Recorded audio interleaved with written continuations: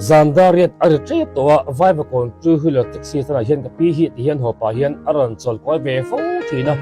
din tharve ngo amin abeng rikshiat na le ama taksa tum thum hi atsat mak to no ve ko maya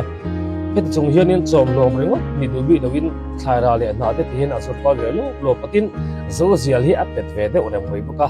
mi then khat poi sadu na tu poi si do le tu nga si mani taksa in zol le top teng te le tho chuan min lawa in che phasa ta taktu lai anom lai hianin api te hi angai hut amin azom thin khop maya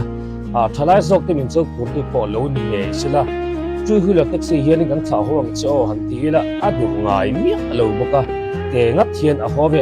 tak thina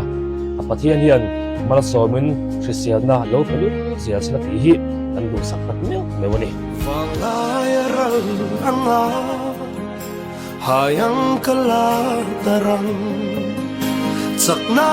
chuayanga phong khua kan nai hun pon ka buai pui thing i suan min chel reng do ka sia hey ani nun thuru sa tuan dai chu